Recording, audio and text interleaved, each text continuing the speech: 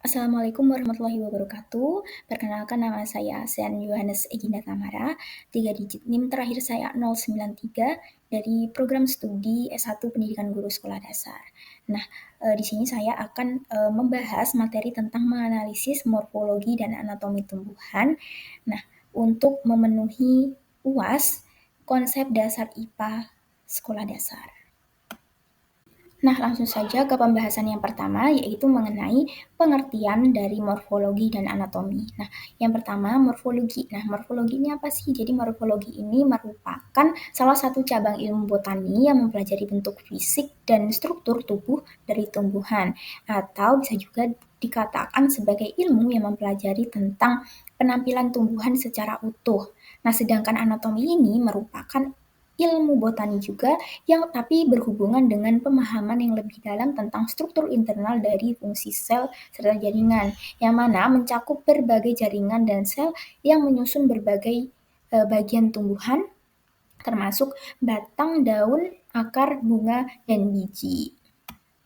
Nah, selanjutnya yaitu bagian-bagian pada tumbuhan. Nah, bagian-bagian pada tumbuhan itu yang pertama ada daun, batang, akar, buah, dan biji. Nah, yang pertama kita akan membahas tentang daun ya. Nah, daun ini merupakan organ yang paling penting untuk fotosintesis dan pernapasan pada tumbuhan, yang mana bentuk dari daun ini sangat bervariasi. Nah, nanti kita akan bahas di slide selanjutnya ya. Nah, kemudian batang. Nah, batang ini berperan dalam mengangkut air, nutrisi, dan makanan dalam tumbuhan, yang mana selain itu batang itu juga merupakan tempat pelekatan daun, bunga, dan buah. Selanjutnya akar. Akar ini apa sih? Jadi akar ini merupakan penopang dan penyedia nutrisi bagi tumbuhan, yang mana akar ini juga sangat berperan penting dalam menahan berdirinya tumbuhan dan menyerap air serta nutrisi ke dalam tubuh tumbuhan, yang mana juga memungkinkan tumbuhan ini untuk tumbuh lebih tinggi dan lebih cepat.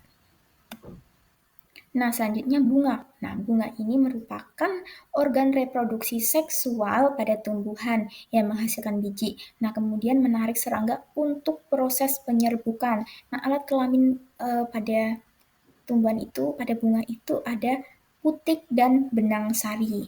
Selanjutnya yaitu buah. Nah, buah ini merupakan hasil dari proses eh, reproduksi tadi ya, atau pembuahan antara putik dan benang sari pada tumbuhan, yang mana berfungsi sebagai pelindung dari biji dan membantu dalam penyebaran biji.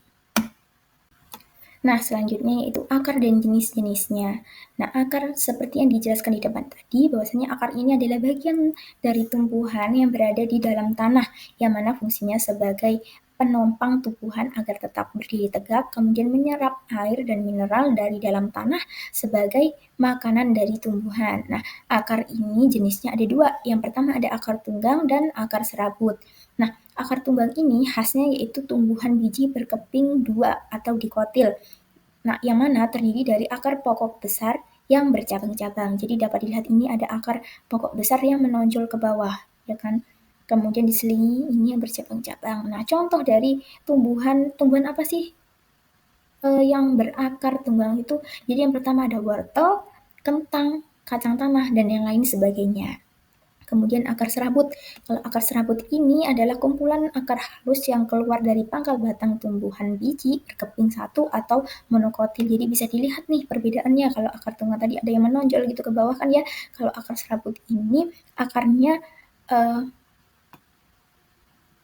keluar dari pangkal batangnya. Jadi akarnya itu kayak menyebar gitu ya. Nah, contohnya itu pada tumbuhan padi, jagung, bambu, dan bawang.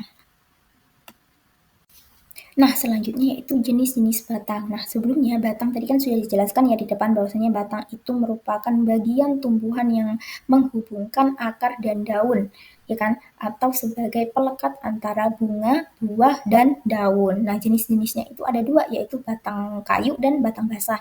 Nah, yang pertama batang kayu. Batang kayu ini ciri-cirinya batangnya keras, kemudian berwarna coklat, dan sulit untuk dipatahkan ya. Nah, contoh dari batang kayu ini apa? Contohnya ada pohon jati, pohon mangga, pohon rambutan, dan pohon kelapa. Nah, selanjutnya batang basah. Nah, batang basah ini ciri-cirinya batangnya lunak, kemudian berwarna hijau, dan mudah untuk dipatahkan. Contohnya pada pohon pisang ya seperti di gambar itu, kemudian pohon pepaya, kemudian batang dari sayur bayam dan batang dari sayur kangkung. Jadi sayur kangkung kan mudah kan untuk dipatahkan seperti itu. Nah, fungsi dari batang ini yaitu yang pertama untuk mengangkut air dan mineral dari akar ke daun, kemudian mengangkut makanan dari daun ke seluruh bagian tumbuhan. Dan yang ketiga yaitu menopang daun, bunga, dan buah. Seperti tadi ya yang sudah disebutkan pelekat antara daun, bunga, dan buah. Nah, selanjutnya yaitu daun. Nah, daun ini adalah bagian tumbuhan yang berbentuk pipih, melebar, dan berwarna hijau. Nah, fungsi dari daun ini yang pertama yaitu daun itu merupakan tempat tumbuhan untuk membuat makanan atau berfotosintesis. Kemudian proses pembuatan makanan yang disebut tadi fotosintesis ya. Kemudian fotosintesis ini membutuhkan cahaya matahari, air, dan karbon dioksida.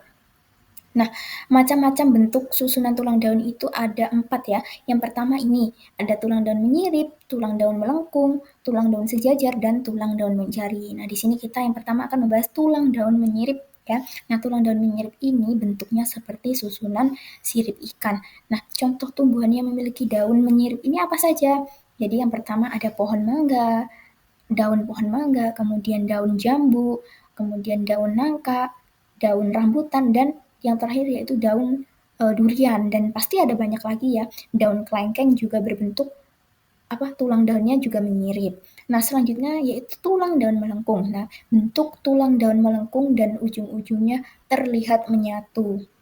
Contohnya pada daun sirih, kemudian daun enceng gondok, dan apalagi daun genjer. Nah, dari ketiga daun tersebut yaitu memiliki daun melengkung. Nah, selanjutnya yaitu tulang daun sejajar. Nah, bentuk tulang daun sejajar ini seperti garis-garis lurus ya. Contohnya pada daun padi ya seperti di gambar, kemudian daun jagung dan daun tebu. Nah, daun sereh juga sejajar kan ya. Selanjutnya tulang daun menjari. Nah, bentuk tulang daun menjari itu seperti susunan jari-jari tangan kita ya bisa dilihat ya kan. Nah, kemudian contoh dari tulang daun menjari ini tumbuhan apa sih ya? Contohnya pada daun singkong dan daun pepaya. Nah, jadi bentuknya itu menjari. Bisa dilihat di sini ya. Nah, ini menjari kan. Nah, ini eh, pada daun singkong ya di gambar ini.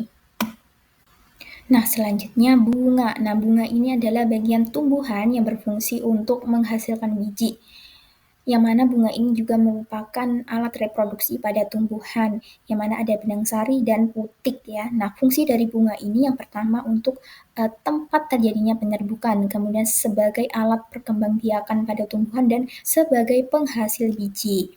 Nah, yang pertama kita akan membahas tentang benang sari. Nah, benang sari ini atau apa sih? Nah, benang sari atau stamen itu merupakan organ reproduksi jantan pada bunga. Nah, fungsi utama dari benang sari ini adalah untuk menghasilkan serbuk sari yang dibutuhkan untuk reproduksi. Nah, selanjutnya itu putik.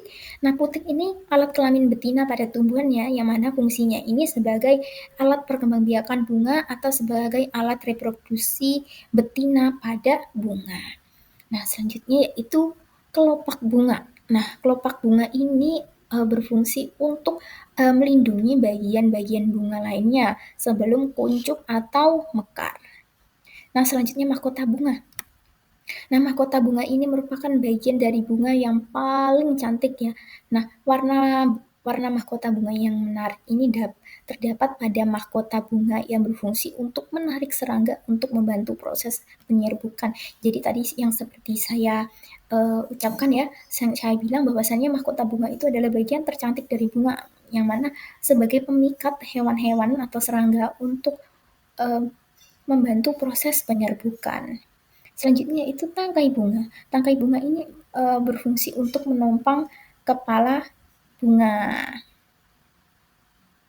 Nah, selanjutnya itu bagian-bagian pada buah. Nah, bagian-bagian pada buah itu yang pertama ada daging buah, kulit buah, dan biji. Nah, fungsi dari buah ini yaitu untuk melindungi biji dan membantu penyebaran biji.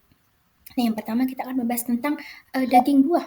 Daging buah ini apa sih? Nah, jadi daging buah ini adalah daging buah atau mesokarp ini adalah bagian dari buah yang terletak di antara kulit buah atau esokarp dan biji atau endokarp, yang mana daging buah ini merupakan jaringan yang biasanya berisi air dan nutrisi, serta memiliki tekstur dan rasa yang bervariasi tergantung pada jenis buahnya. Nah, selanjutnya yaitu kulit buah. Nah, kulit buah atau yang dikenal sebagai exocarp ini adalah lapisan luar dari buah yang berfungsi sebagai pelindung bagian dalam buah, termasuk si bijinya ini. Nah, sedangkan biji atau endokard ini merupakan bagian penting dari siklus hidup tumbuhan yang mana berfungsi dalam reproduksi, kemudian penyebaran dan penyimpanan cadangan makanan.